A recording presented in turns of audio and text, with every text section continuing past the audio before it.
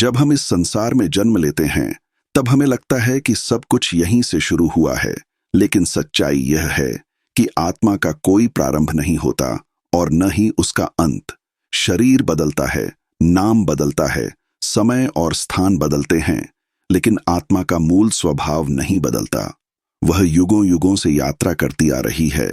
किसी युग में वह किसी साधक की खोज बनती है, किसी युग में वह किसी आर्षि की तपस्या का परिणाम होती है, किसी युग में वह एक मां की करुणा बन जाती है और किसी युग में वह वीरता, बलिदान या मौन बनकर इस धरती पर उतरती है। बहुत से लोग यह सोचते हैं कि आत्मा कोई कल्पना है, लेकिन यदि कोई अपने भीतर की मौन ध्वनि को सुने तो उसे यह अनुभूति होगी कि वह कभी भी इस संसार का पूर्ण भाग नहीं रहा। कुछ है जो हमेशा से इस संसार से अलग रहा है, जो भागता नहीं, डरता नहीं, दुखता नहीं। एक शुद्ध, शांत, अचल ज्योति जो सब कुछ देखती है, अनुभव करती है, लेकिन उलझती नहीं। यही आत्मा है। और जब कोई साधक यह अनुभव करता है कि उसका यह जीवन पहली बार नहीं है, तब उसके भीतर यह प्रश्न जन्म लेता है, मेरी आत्मा किस युग से आई है? कुछ आत्माएं अत्यंत प्राचीन होती हैं। वे वेदों की आर्चाओं के जन्म से पहले की स्मृति रखती हैं। उनके पास अनुभव होते हैं जिनका कोई तात्कालिक कारण इस जन्म में नहीं होता। वे चीजों को पहले से जान लेती हैं। उन्हें अकारण पीड़ा होती है, या वे अचानक ऐसी आध्यात्मिक भाषा समझ जाती हैं जो उन्होंने कभी सीखी नहीं होती। ये संकेत हैं कि आत्मा कई युगों की यात्रा कर चुकी है। कोई आत्मा सत्य युग की हो सकती है, जहां केवल ध्यान, मौन और ईश्वर की अनुभूति थी। वहां से आई आत्मा आज की भागती दुनिया में बहुत असहज महसूस करती है। वह अकेली रहना चाहती है, ध्यान में बैठना चाहती है, और उसे शोर शराबा, दिखावा या प्रतिस्पर्धा से गहरा विरक्ति होती है। त्रेता युग से आई आत्माएं ज्ञान और कर्म के मिश्रण में जीती हैं। वे स्वयं को दूसरों के लिए समर्पित करती हैं, धर्म की रक्षा में लगी रहती हैं, और जहां अन्य लोग स्वार्थ में लिप्त होते हैं, वहां ये आत्माएं बिना किसी दिखावे के सेवा करती हैं। वे अपनी आत्मा में किसी राम की करुणा या सीता की निष्ठा को महसूस करती हैं। उन्हें लगता है कि जीवन एक यज्ञ है जिसमें अपना सर्वस्व समर्पित कर देना ही उद्देश्य है। द्वापर युग की आत्माएं युद्ध के बीच में शांत रहने का अभ्यास लेकर आती हैं। वे संघर्ष, शौर्य और निर्णय की गहराई से जुड़ी होती हैं। उनके भीतर अर्जुन की व्याकुलता और कृष्ण की चेतना दोनों का समावेश होता है। वे दुनिया के झंझावातों में भी संतुलन बनाए रखती हैं, और अक्सर उनके जीवन में कष्ट, छल और संघर्ष होता है, लेकिन वे टूटती नहीं। उनकी आत्मा में वह ऊर्जा होती है जो उन्हें बार बार खड़ा करती है। कलयुग की आत्माएं वर्तमान में जन्म ले रही हैं, लेकिन कुछ आत्माएं पिछले कलयुग से अब तक पुनः जागृत हुई हैं। ये आत्माएं जानती हैं कि संसार भटकाव से भरा है, लेकिन फिर भी उनका आकर्षण भीतर की ओर होता है। वे पाप और पुण्य दोनों को देख चुकी हैं। वे मोह माया की सीमाओं को अनुभव कर चुकी हैं। उनकी आंखों में अनकहे दुख होते हैं जो इस जन्म से नहीं, पिछले जन्मों की कहानियों से जुड़े होते हैं।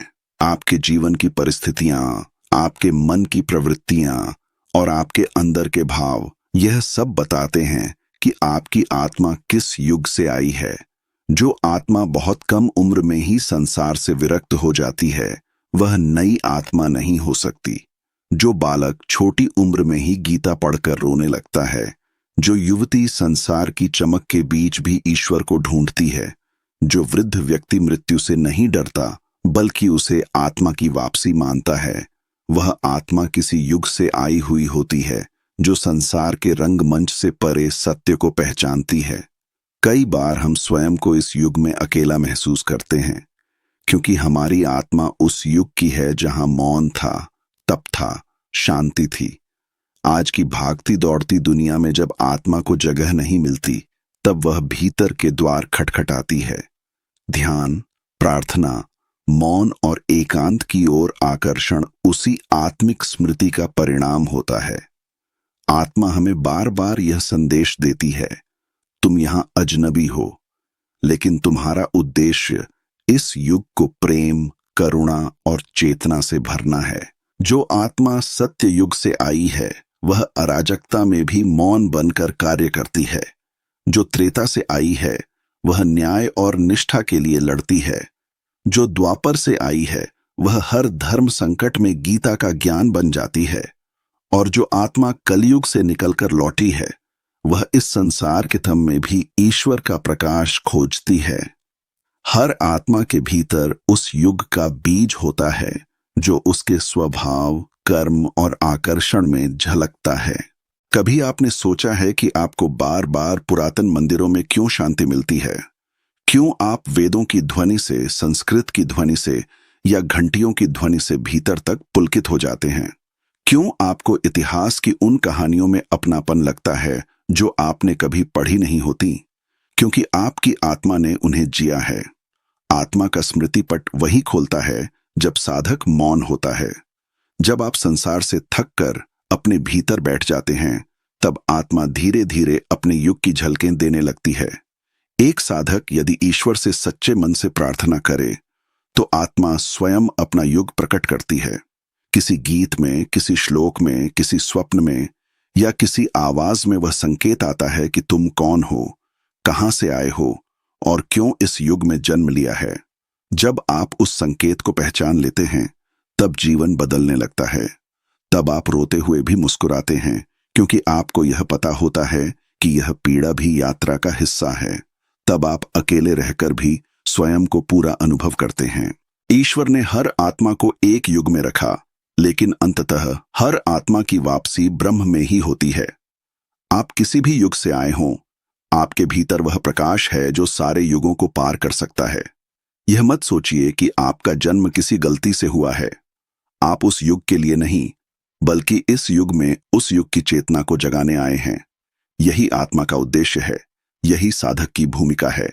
जब यह समझ आ जाती है तब साधक हर अनुभव को, हर रिश्ते को, हर पीड़ा को आत्मा के विकास का एक सोपान मानकर स्वीकार करता है।